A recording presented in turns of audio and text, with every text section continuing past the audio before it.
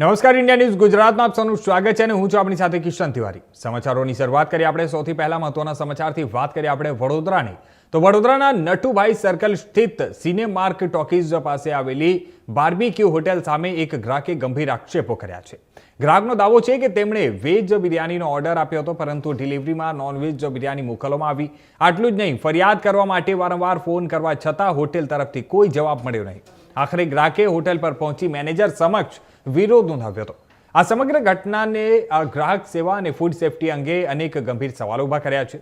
ગ્રાહક શૈલેજ વ્યાસના જણાવ્યા મુજબ આ અંગે હોટલમાં અનેક વખત ફોન કરીને જાણ કરવાનો પ્રયાસ કરવામાં આવ્યો હતો, પરંતુ કોઈએ ફોન ઉપાડ્યો ન હતો, જેના કારણે ગ્રાહકને જાતે હોટેલ પર જઈ મેનેજર સમક્ષ રજૂઆત કરવાની ફરજ પડી હતી।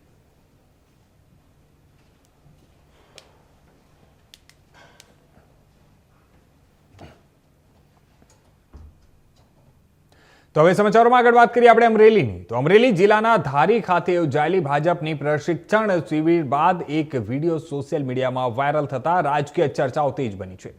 મળતી માહિતી મુજબ ધારી લાઇન ડેન રિસોર્ટમાં યોજાયેલી આ પ્રશિક્ષણ શિબિરમાં ખાંભા તાલુકા પંચાયતના કારોબારી ચેરમેનનો વિડીયો સામે આવ્યો છે।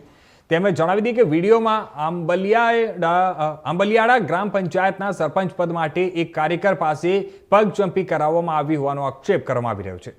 આક્ષેપ છે કે આંબલિયાળા ગ્રામ પંચાયતના સરપંચ બનવાની લાલચ આપીને કાર્યકર પાસે પગચંપી કરવામાં આવી હતી। જો કે આ મામલે સત્તાવાર રીતે કોઈ પુષ્ટિ કે નિવેદન સામે આવ્યું નથી।